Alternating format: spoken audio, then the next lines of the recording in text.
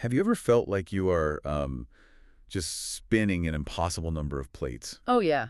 Like all the time. Right. Like you're trying to perfectly manage everyone's actions and guarantee every single outcome in your life, only to feel everything inevitably falling apart anyway. It is exhausting. It really is. Well, welcome to the deep dive. Today, we are exploring a profoundly challenging excerpt from a text called The Sovereignty of Service and Divine Surrender. And this one is, it's intense. Oh, absolutely. The mission for today is that we are looking at the ultimate battle for control in the human psyche. We are diagnosing exactly why our attempts to run the universe usually end in absolute chaos. Yeah, it's a text that really forces you to look in the mirror because the author isn't interested in making, minor adjustments to how we live. Right. No quick fixes here. Exactly. The text is demanding a fundamental shift in how we understand our place in the world. And it starts with a jarring three-word command that we are basically going to use as our roadmap for this entire conversation. And that command is stop playing God. Yep. Stop playing God. It is incredibly blunt. But I really want to unpack what the author actually means by that, because I think a lot of people hearing that command will have an immediate, defensive reaction. Oh, sure. I mean, my first thought is, I'm not doing that. Right. You might be listening to this right now thinking, well, I certainly don't think I'm God. I don't have delusions of grandeur. Like you're not standing on a mountain somewhere demanding people worship you. Exactly. So, how does the text actually define this concept in a practical day-to-day context? Well, the author is diagnosing something much more subtle and honestly a lot more insidious than literal megalomania. When the text says we are playing God, it is pointing to the quiet, agonizing micromanagement of our everyday lives. Oh, the micromanagement, yeah. Right. It is the assumption of ultimate responsibility for outcomes that are completely mathematically beyond human capacity. So it's not about wearing a crown. It's about waking up in the morning and believing on a visceral level that if you do not meticulously orchestrate the behavior of your spouse, the success of your children, the opinions of your coworkers, Just the entire trajectory of your future. yes, believing that if you don't manage all of that, your world will collapse. It is this deeply ingrained belief that you are the ultimate final safety net for your own existence. Wow. Okay, so it's not about demanding worship. It's about demanding control. Precisely. You don't have to be a dictator to play God. You just have to be a, chronic worrier who secretly believes their anxiety is the engine that keeps the earth spinning on its axis. That is a perfect way to put it. And adding to that, the psychological weight of this dynamic is catastrophic. I mean, think about what happens to the human mind and body when it assumes the role of a deity. It's got to be crushing. It is, because God, conceptually, is omniscient, knowing everything, and omnipotent, having limitless power. And we are definitely neither of those things. Not even close. You and I, as biological creatures, have extremely limited cognitive bandwidth. We cannot predict the future. And our influence over other autonomous human beings is, well, fractional at best. Yeah. Try telling someone what to do and see how much power you actually have. Exactly. So when a limited, finite human nervous system tries to operate as an infinite, boundless safety net, the system just breaks down. The friction of that inevitable failure is what drives so much of our modern burnout, anxiety, and, destructive coping mechanisms. It really makes me think of an analogy.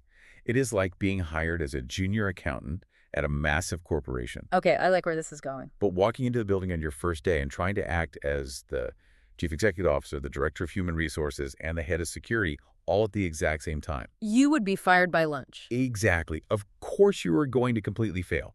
You don't have the credentials, you don't have the security clearance, and you just don't have the human capacity to do all those jobs. Right. And yet the author is suggesting that this is exactly how we walk into our daily lives. We try to secure our own borders, manage everyone else's emotional state, and dictate the final bottom line. It's a setup for failure. But wait, let me push back on this a little bit. Sure. Isn't there a danger in defining all ambition or management as playing God? Where does the text draw the line between healthy human responsibility and this toxic illusion of control? That is a crucial distinction, really important. The text doesn't advocate for passivity or, nihilism. Healthy responsibility is taking ownership of your own actions, your own integrity, and your own choices within the present moment. So managing myself. Right. But playing God begins the exact second you try to cross the boundary into dictating outcomes and manipulating the responses of others. Oh, wow. Yeah.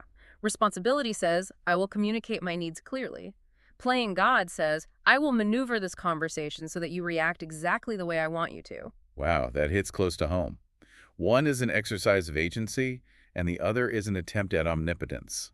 Exactly.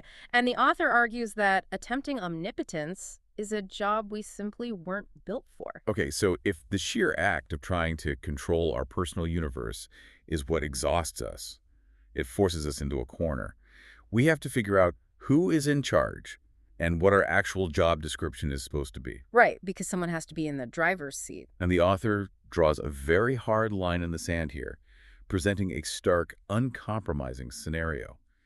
The text states, and I'm quoting here, the simple truth is that we're either going to serve God or ourselves. We can't do both.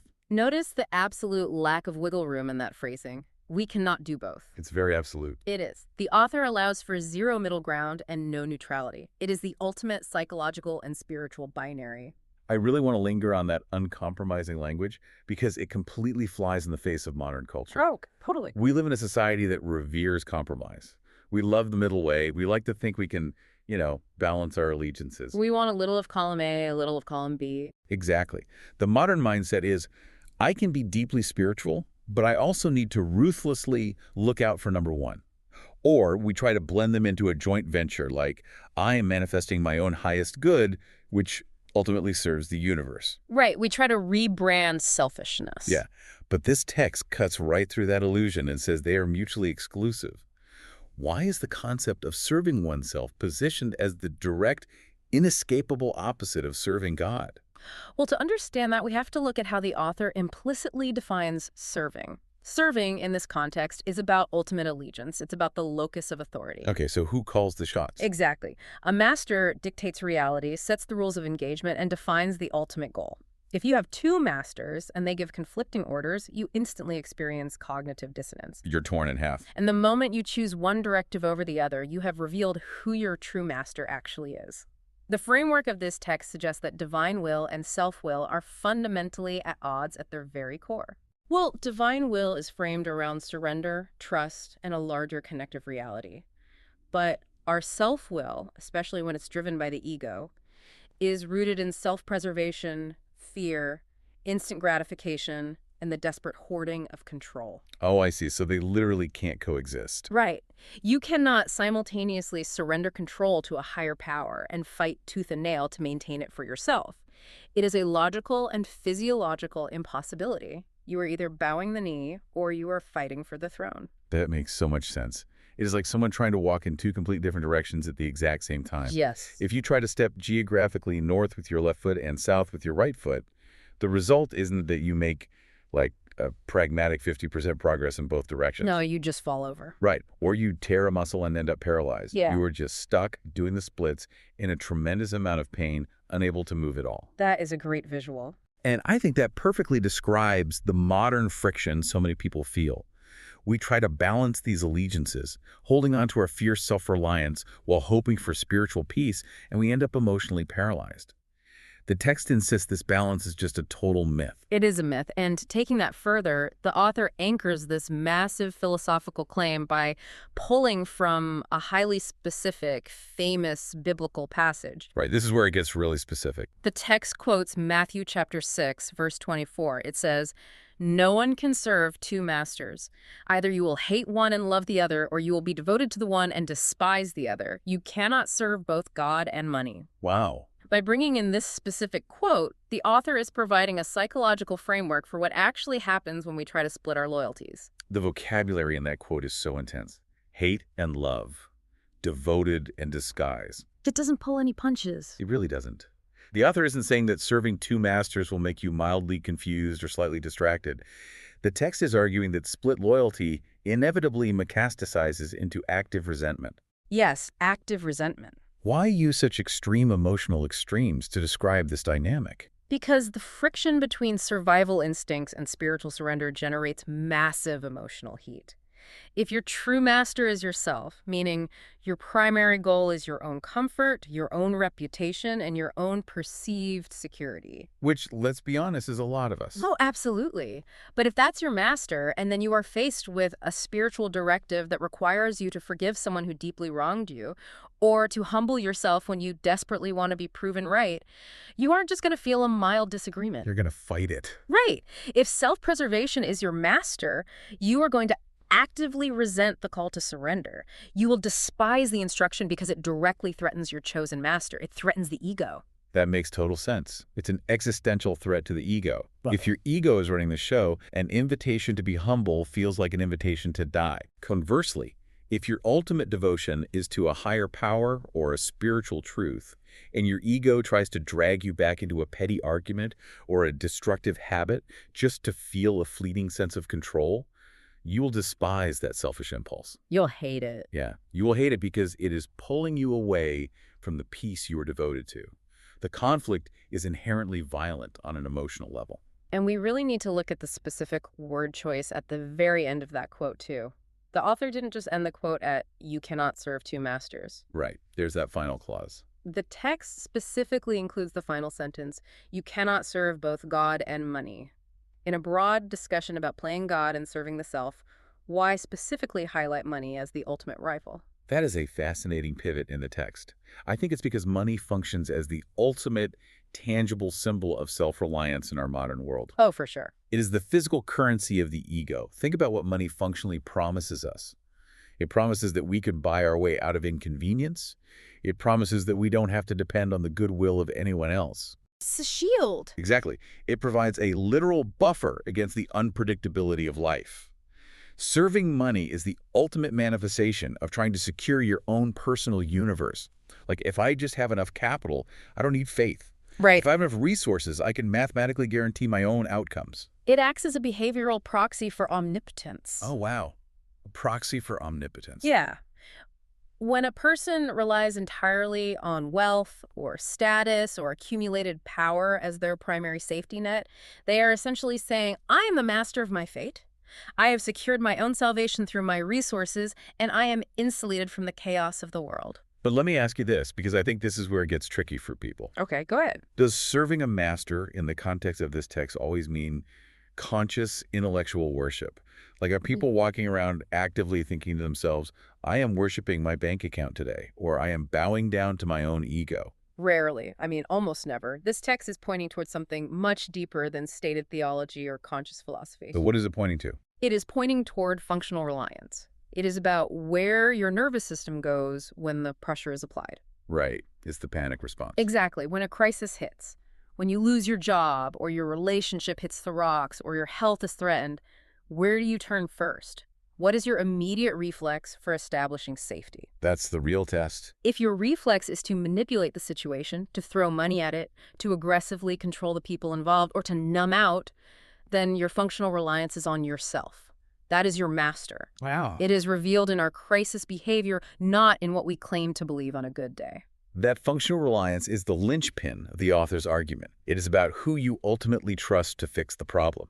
And this transitions us beautifully into what is arguably the psychological centerpiece of this entire deep dive. Yeah, this next part is huge. The text makes an observation about what happens when our self takes the steering wheel. It states, and I quote, "When our self is out of control, all our attempts at control of ourselves or others will fail." Will fail, not might fail. Right.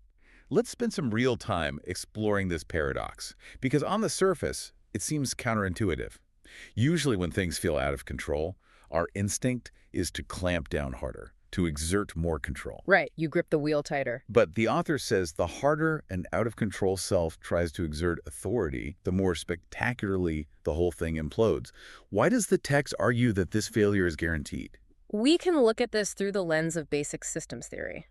You cannot bring order to a complex system when the very instrument you are using to create that order is itself fundamentally broken and chaotic. Oh, that makes sense. If your internal landscape, is driven by fear, unhealed resentment, fragile ego, and a desperate need for validation, you are operating from a profound deficit. You are essentially a broken regulator. A broken regulator. Yeah. When a broken regulator tries to manage a system, it doesn't stabilize things. It actually introduces its own erratic frequency into everything it touches. You cannot export peace when your main internal export is chaos. Precisely. Or rather, taking that a step further, the chaos acts as a contagion. A contagion? How so? The text implies that an unsurrendered, chaotic internal state inevitably projects outward. From that chaotic center, we reach out into the world and try to force order onto everyone around us. We try to mandate how our partner should speak to us. We tightly script the behavior of our coworkers. We white-knuckle our own habits. Oh, I've been there. We all have. But because the core mechanism, the self, is operating out of fear rather than clarity, those attempts at control are perceived by others as manipulation, anxiety, and aggression. So it pushes people away. Exactly. You might achieve temporary compliance through sheer force, but you will never achieve genuine stability. It is like trying to perfectly arrange the deck chairs on a ship while the engine room is completely engulfed in flames. Oh, that's a brilliant image. You are running around on the upper deck, making sure the towels are folded symmetrically, demanding that the chairs face the exact right direction, getting angry at anyone who sits down improperly. You are exerting massive amounts of outward control. And you feel like you're doing something productive. Yes. But those attempts at order are entirely useless and frankly absurd, because the core mechanism of the ship is in absolute, unmitigated chaos. The boat is going down regardless of how neatly the chairs are arranged. Yeah. When we try to control our environment while our own internal state is running riot, we are just rearranging deck chairs on a sinking ship. We are ignoring the fire in the engine room, which is our own ego and lack of surrender, and focusing obsessively on the cosmetic appearance of control on the surface. That analogy perfectly captures the futility the author is describing. The outward attempts at order are just an illusion designed to distract us from the internal fire. So true. And if control is a guaranteed failure, if gripping the steering wheel tighter only makes the crash more severe, the text forces us toward only one logical alternative. And what's that? If we cannot play God and we cannot fix our internal chaos through outward control, what is left? The author introduces the crucial, deeply uncomfortable admission of powerlessness. Here we go. The text says, we need to admit that we're not God and that we're powerless without him. Let's talk about the cultural baggage attached to that word, powerless. There is a lot of it. There's a massive societal stigma around that concept. In the corporate world, in athletic training, in modern self-help and manifestation culture, admitting powerlessness is viewed as the ultimate taboo. It's seen as giving up. Exactly. It is seen as a lack of grit, a victim mentality, or a fundamental weakness. We are relentlessly taught to empower ourselves, to find the hidden power within, to take absolute charge of our destiny. Be your own hero. Right. So when this text asks the reader to look in the mirror and declare, I am powerless, it feels like an assault on the modern ego. Oh. How does the author's framework ask us to reframe this concept of powerlessness? Well, the framework asks us to recognize that admitting powerlessness in this specific context is not a declaration of defeat. It is a declaration of reality. Then a declaration of reality. Yes. It is simply aligning yourself with the truth of the human condition. Think about it this way. If you are standing on a beach in front of a Category 5 hurricane, declaring that you are powerless to stop the wind is not a sign of weakness. Right, it's just a fact. It is a sign of profound sanity. The delusion is thinking you can blow back and change the weather. When we admit we are not God and that our self-will is powerless to fix our deepest existential chaos, we are finally stepping out of the exhausting delusion that we can manage the hurricane of life on our own. It is a factual statement, not a moral feeling. Exactly. And in the context of psychological and spiritual growth, powerlessness is not the end of the road. It is not lying down in the dirt and giving up. Which is what people fear it means. Right.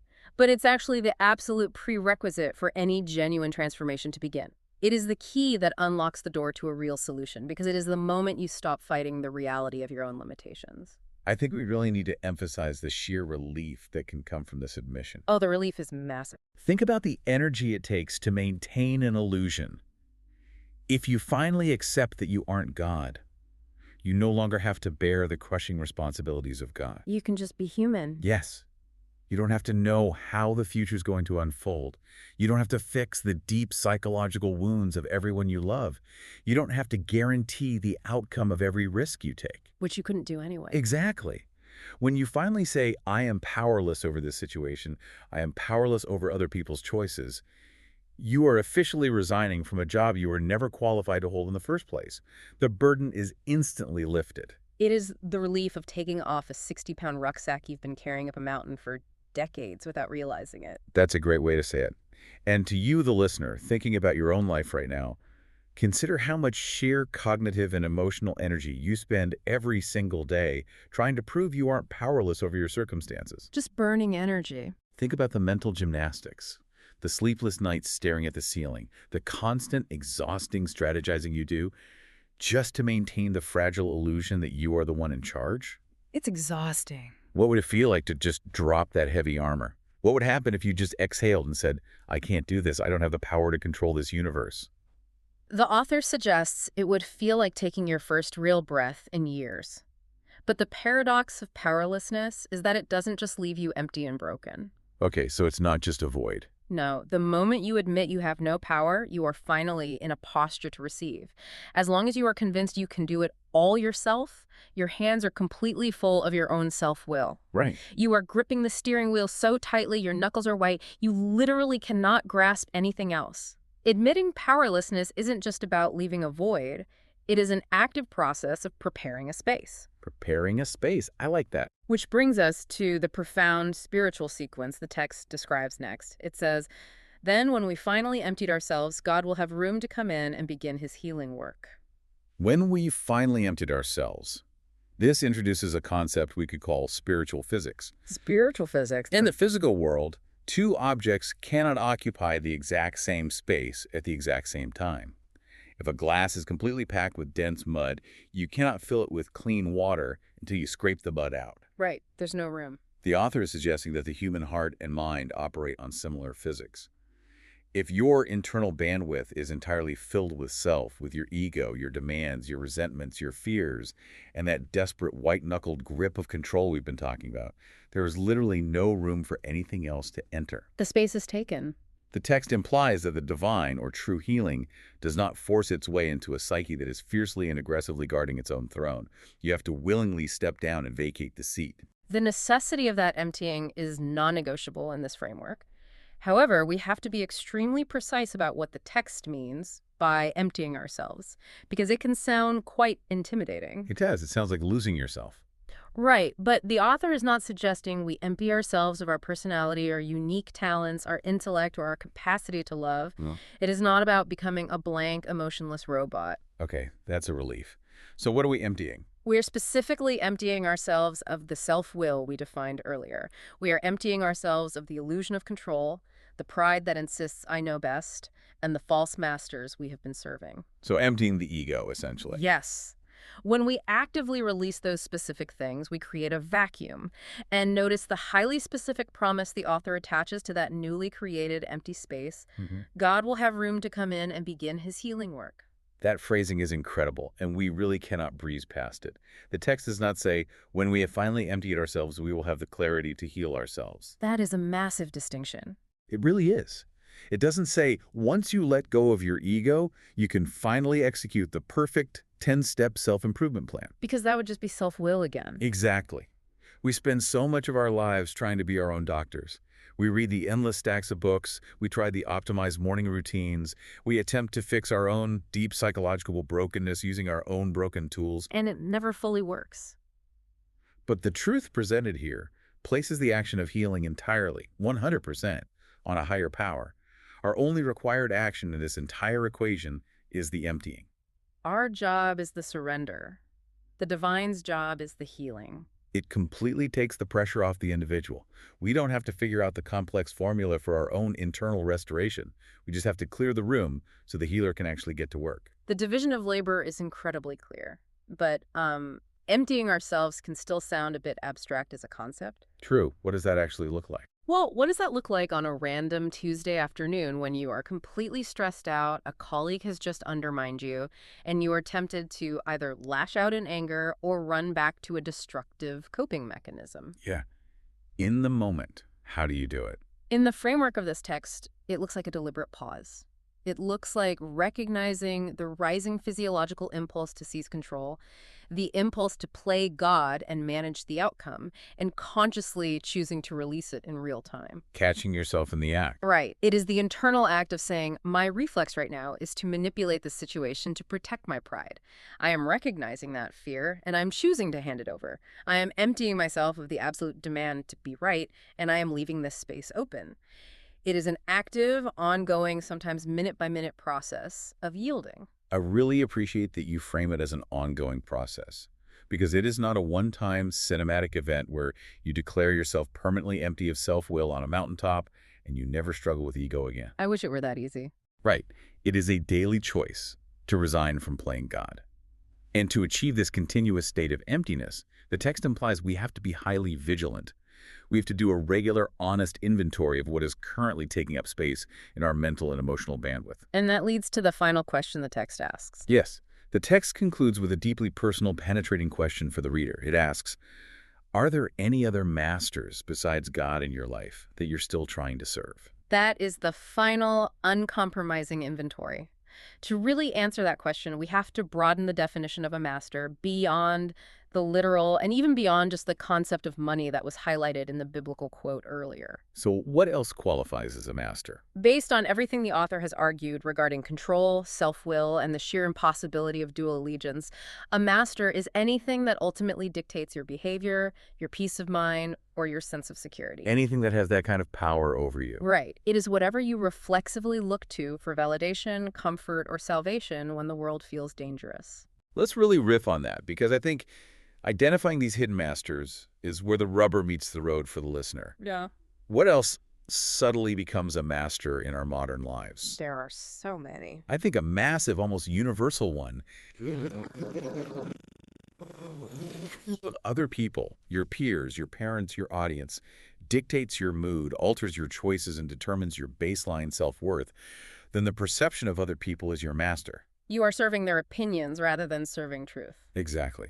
What about career ambition? If your job title, your salary bracket, and your perceived trajectory dictate your entire sense of identity and security, your career is your master. And you'll do anything to protect it. You will inevitably compromise your values, sacrifice your personal relationships, and run your nervous system into the ground to appease that master. That's so true. And adding to that list, another deeply hidden master is the desperate need for a specific relationship outcome. Oh, wow. Yeah. This is incredibly common.